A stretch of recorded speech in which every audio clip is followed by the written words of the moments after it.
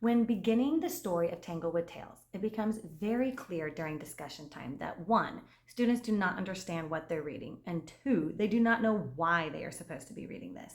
So we want to break this down as we get into the introduction of Tanglewood Tales today. And if we haven't met before, hi, I'm Erica Lynn, a homeschool mom, and it is my hope to help make homeschooling easy for you too.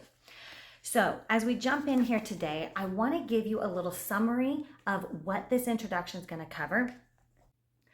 What are we reading here in Greek mythology? The what is, we are reading stories of people like you and me, like your 8th grader, trying to figure out what are they living for and who do they want to be? What kind of character do they want to have? So that is the purpose of these stories. It explains why life is here, how we ought to or want to behave as a person, and also the science of how did the world come to be. Some of these stories are explaining what happens scientifically in the world. The lessons here speak to the nature of who we all are because it speaks to how to be better human beings. And that is what we want your 8th grade student to take away from this. Why are we reading this? It is because these questions of what is a good life and what kind of character do I want to have are the exact questions that students work through in the dialectic phase. So your 8th graders, which are very strongly in the middle of the dialectic phase right now, are internally thinking through these same questions. It's the same types of questions that we are thinking through for exposition when we pick a side of a thesis for our LTW papers.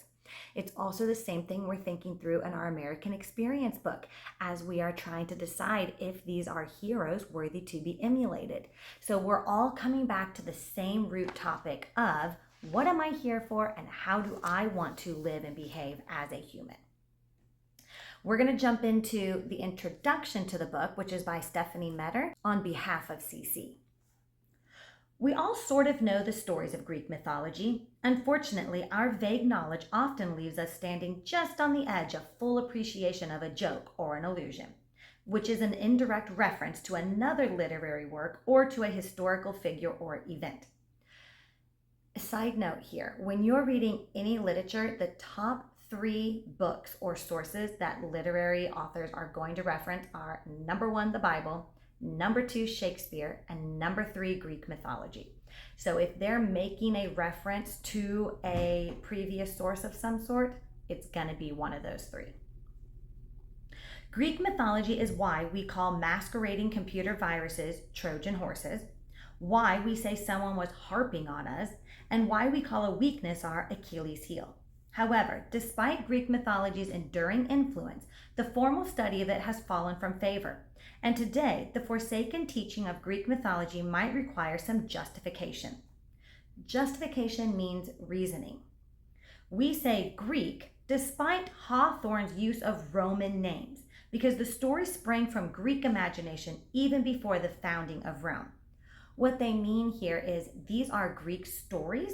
However, when Nathaniel Hawthorne retells them in this version, he's using the Roman names of these gods.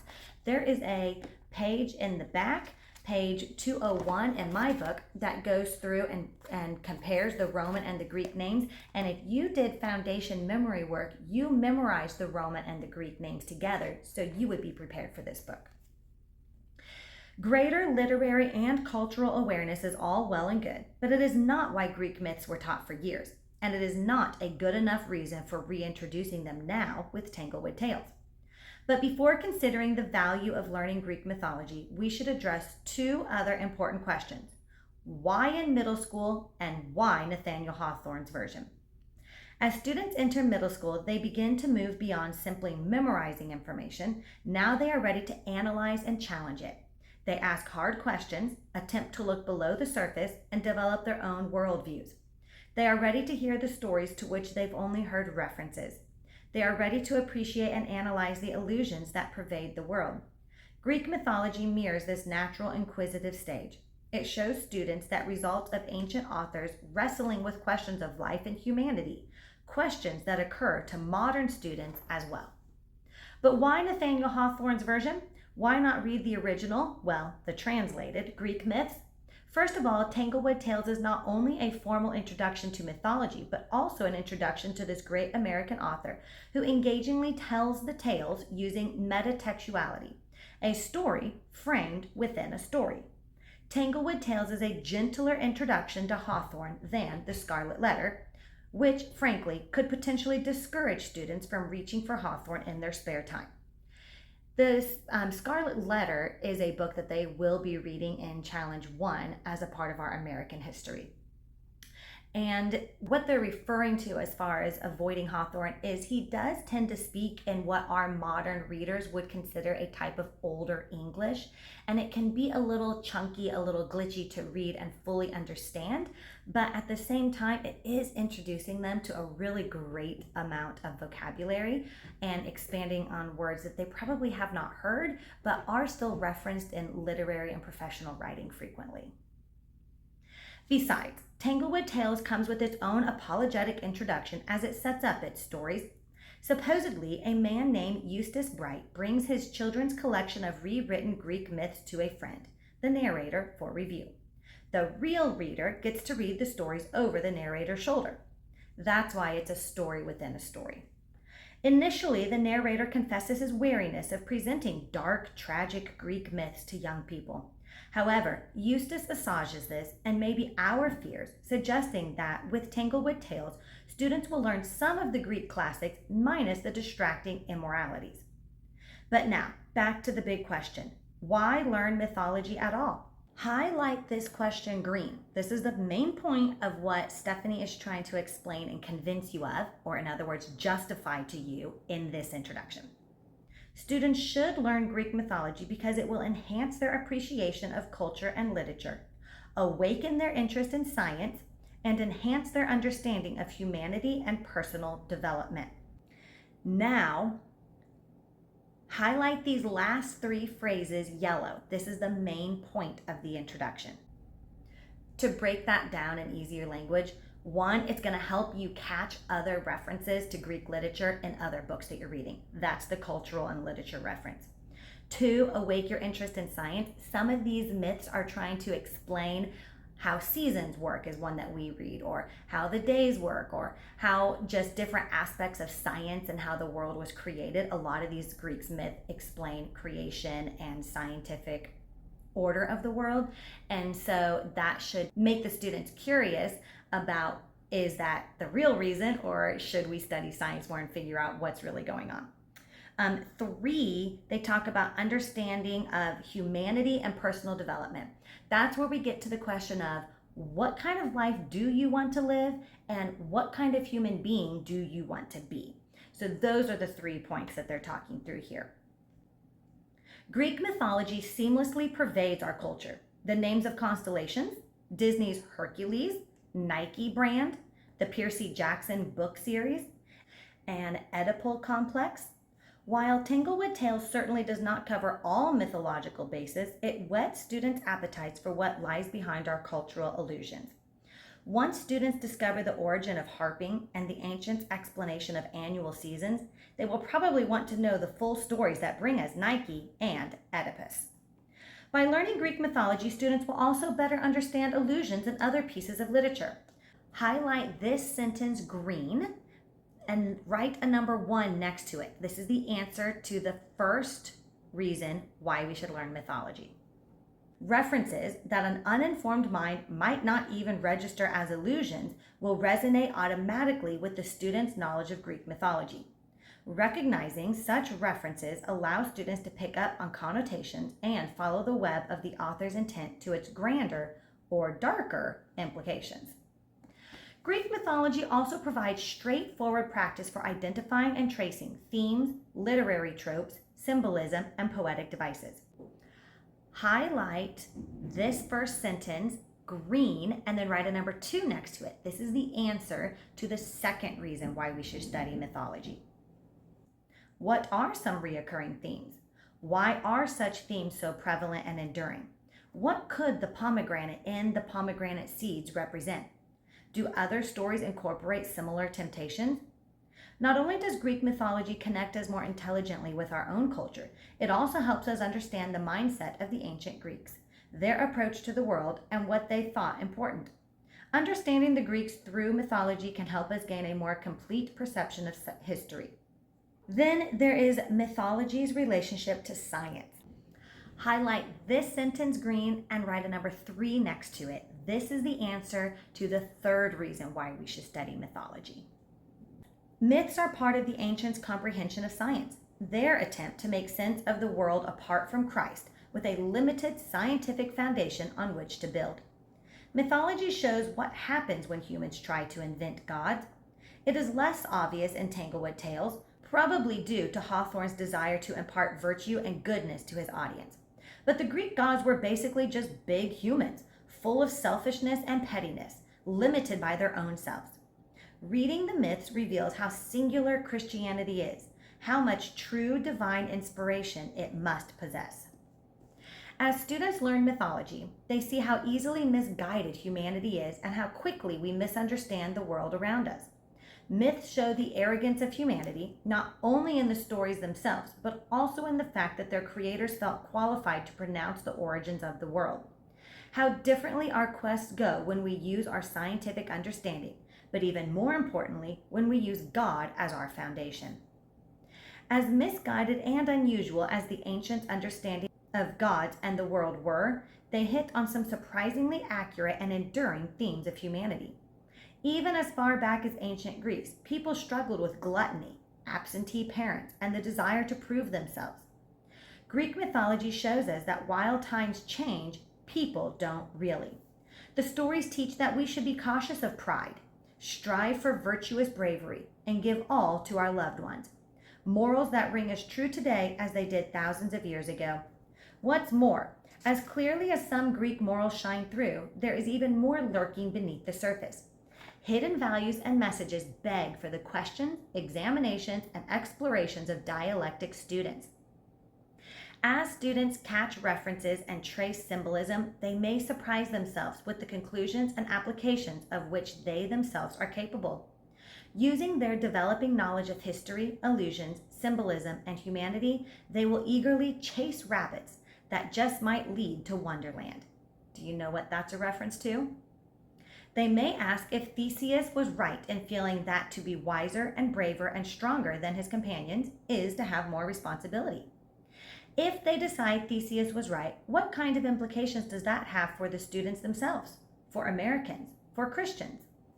As people explore the implications of what they read, they may also stumble upon truths about themselves. They may see flashes of Jason in their own personalities, see Proserpina mistakes knocking at their own doors. They may wonder if they ought to be more emotionally aware of their work, as should Phoebus. Mythology is important for making people into better humans. Through mythology, students will learn better to appreciate history, culture, literature, science, human nature, Christianity, and the power of their own minds. Perhaps the important question should be this: why shouldn't students study Greek mythology in 8th grade? Stephanie Meter. Okay, we are ready to jump into this story itself. And The Wayside, our first chapter, is not Greek mythology. This is Nathaniel Hawthorne's own introduction to his storybook. So it's going to explain why he's telling these Greek myths. And this is the meta-textuality that Stephanie Meter talked about. It means that the author is telling us a story with other stories in it. So we've got 2 things going on here. Okay, I'm reviewing my reading journal. I think that's everything you need to know for this Wayside introduction. So let's jump in. A short time ago, I was favored with a flying visit from my young friend Eustace Bright, who I had not before met with since quitting the breezy mountains of Berkshire. Berkshire is a mountain region in Massachusetts that is west of the Connecticut River, okay? It being the winter vacation at his college, Eustace was allowing himself a little relaxation in the hope, he told me, of repairing the inroads, which severe application to study had made upon his health. And I was happy to conclude from the excellent physical condition in which I saw him that the remedy had already been attended with very desirable success. He had now run up from Boston by the noon train, partly impelled by the friendly regard with which he is pleased to honor me, and partly, as I soon found, on a matter of literary business. It delighted me to receive Mr. Bright for the first time under a roof, though a very humble one, which I could really call my own. Nor did I fail, as is the custom of landed proprietors all over the world, to parade the poor fellow up and down over my half a dozen acres, secretly rejoicing, nevertheless, that the disarray of the inclement season, and particularly the 6 inches of snow then upon the ground, prevented him from observing the ragged neglect of soil and shrubbery into which the place had lapsed. It was idle, however, to imagine that an airy gust from Monument Mountain bald summit and old Greylock, shaggy with primal forest, could see anything to admire in my poor little hillside, with its growth of frail and insect-eaten locust trees. Eustace very frankly called the view from my hilltop tame, and so, no doubt, it was, after rough, broken, rugged, headlong Berkshire. Did you notice the parallelism one there? And especially the northern parts of the country with which his college residence had made him familiar. But to me, there is a peculiar quiet charm in these broad meadows and gentle eminences. They are better than mountains because they do not stamp and stereotype themselves into the brain, and thus grow wearisome with the same strong impression, repeated day after day. And the alliteration: a few summer weeks among mountains, a lifetime among green meadows and placid slopes, with outlines forever new, because continually fading out of the memory, such would be my sober choice. I doubt whether Eustace did not intentionally pronounce the whole thing a bore until I led him to my predecessor's little ruined rustic summer house, midway on the hillside. It is a mere skeleton of slender, decaying tree trunks, with neither walls nor a roof, nothing but a tracery of branches and twigs, which the next wintry blast will be very likely to scatter in fragments along the terrace. It looks and is as evanescent as a dream, and yet in its rustic network of boughs it has somehow enclosed a hint of spiritual beauty, and has become a true emblem of this subtle and ethereal mind that planned it. I made Eustace Bright set down on a snowbank which had heaped itself over the mossy seat, and gazing through the arched windows opposite, he acknowledged that the scene at once grew picturesque. You guys, to sum all this up, the author is simply saying Eustace Bright came to his house to visit. He owns 6 acres. He thinks it's amazing. He showed him all over his land and all over his house. Eustace thought it was, okay. Simple as it looks, said he, this little edifice seems to be the work of magic. It is full of suggestiveness, and in its way it is as good as a cathedral.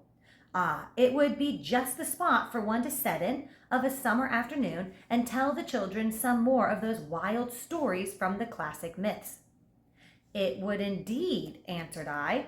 The summer house itself, so airy and so broken, is like one of those old tales, imperfectly remembered, and these living branches of the Baldwin apple tree, thrusting so rudely in, are like your unwarrantable interpolations. But, by the by, have you added any more legends to the series since the publication of the Wonder Book? Many more, said Eustace. Primrose, Periwinkle, and the rest of them allow me no comfort of my life unless I tell them a story every day or two. I have run away from home partly to escape the importunity of these little wretches. But I have written out 6 of the new stories and have brought them for you to look over. Are they as good as the first? I inquired.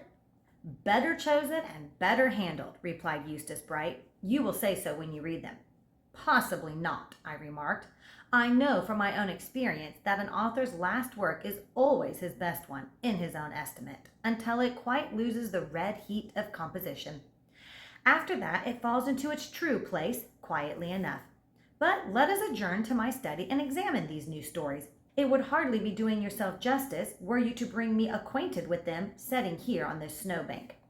So we descended the hill to my small old cottage and shut ourselves up in the southeastern room, where the sunshine comes in warmly and brightly through the better half of a winter's day. Eustace put his bundle of manuscripts into my hands, and I skimmed through it pretty rapidly, trying to find out its merits and demerits by the touch of my fingers, as a veteran storyteller ought to know how to do. It will be remembered that Mr. Bright condescends to avail himself of my literary experience by constituting me editor of the Wonder Book. As he had no reason to complain of the reception of that erudite work by the public, he was now disposed to retain me in a similar position with respect to the present volume, which he entitled Tanglewood Tales. Not, as Eustace hinted, that there was any real necessity for my services as introducer, inasmuch as his own name had become established in some good degree of favor with the literary world. But the connection with myself, he was kind enough to say, had been highly agreeable, nor was he by any means desirous, as most people are, of kicking away the ladder that had perhaps helped him to reach his present elevation. My young friend was willing, in short, that the fresh verdure of his growing reputation should spread over my straggling and half-naked boughs, even as I have sometimes thought of training a vine, with its broad leafiness and purple fruitage, over the worm-eaten posts and rafters of the rustic summer-house. I was not insensible to the advantages of his proposal, and gladly assured him of my acceptance. That was a lot of big words. Essentially, the student is kind of prideful, saying, will you go ahead and edit my book, but I don't really need you to because I'm pretty much awesome on my own. And the editor condescended to say, yeah, you are, and my reputation is kind of waning on its own, so you will actually make me look better also, so I'll go ahead and edit your stories. That's the conversation they just had. Merely from the title of the stories, I saw at once that the subjects were not less rich than those of the former volume, nor did I at all doubt that Mr. Bright's audacity, so far as that endowment might avail, had enabled him to take full advantage of whatever capabilities they offered. Yet, in spite of my experience of his free way of handling them, I did not quite see, I confess, how he could have obviated all the difficulties in the way of rendering them presentable to children. He's saying, how in the world could he cut out all the immoralities that happen in Greek mythology to make this appropriate for kids to read? These old legends, so brimming over with everything that is most abhorrent to our Christianized moral sense, some of them so hideous, others so melancholy and miserable, amid which the Greek tragedians sought their themes, and molded them into the sternest forms of grief that ever the world saw. Was such material the stuff that children's playthings should be made of? How were they to be purified? How was the blessed sunshine to be thrown onto them? But Eustace told me that these myths were the most singular things in the world, and that he was invariably astonished whenever he began to relate one by the readiness with which it adapted itself to the childish purity of his auditors. The objectionable characteristics seemed to be a parasitical growth, having no essential connection with the original fable. They fall away and are thought of no more, the instant he puts his imagination in sympathy with the innocent little circle, whose wide open eyes are fixed so eagerly upon him. Thus the stories, not by any strained effort of the narrators, but in harmony with their inherent germ, transform themselves and reassume the shapes which they might be supposed to possess in the pure childhood of the world. When the first poet or romancer told these marvelous legends, such is Eustace Bright's opinion, it was still the golden age. Evil had never yet existed, and sorrow, misfortune, crime were mere shadows which the mind fancifully created for itself, as a shelter against too sunny realities, or at most but prophetic dreams to which the dreamer himself did not yield a waking credence. Children are now the only representatives of the men and women of that happy era, and therefore it is that we must raise the intellect and fancy to the level of childhood in order to recreate the original myths. I let the youthful author talk as much and as extravagantly as he pleased, and was glad to see him commencing life with such confidence in himself and his performances. A few years will do all that is necessary towards showing him the truth in both respects. Meanwhile, it is but right to say he does really appear to have overcome the moral objections against these fables, although at the expense of such liberties with their structure as must be left to plead their own excuse, without any help from me, indeed, except that there was a necessity for it, and that the inner life of the legends cannot be come at save by making them entirely one's own property. There is no defense to be made. Eustace informed me that he had told his stories to the children in various situations, in the woods, on the shore of the lake, in the dell of Shadow Brook, in the playroom, at Tanglewood fireside, and in a magnificent palace of snow, with ice windows, which he helped his little friends to build. Did you see that parallelism too? His auditors were even more delighted with the contents of the present volume than with the specimens which have already been given to the world. The classically learned Mr. Pringle, too, had listened to 2 or 3 of the tales and censored them even more bitterly than he did the 3 golden apples. So that, what with praise and what with criticism, Eustace Bright thinks that there is good hope of at least as much success with the public as in the case of the Wonder Book. Also notice what with praise and what with criticism. That's an antithesis. I made all sorts of inquiries about the children, not doubting that there would be great eagerness to hear of their welfare among some good little folks who have written to me to ask for another volume of myths. They are all, I am happy to say, unless we except Clover, in excellent health and spirits. Primrose is now almost a young lady, and Eustace tells me is just as saucy as ever. She pretends to consider herself quite beyond the age to be interested by such idle stories as these.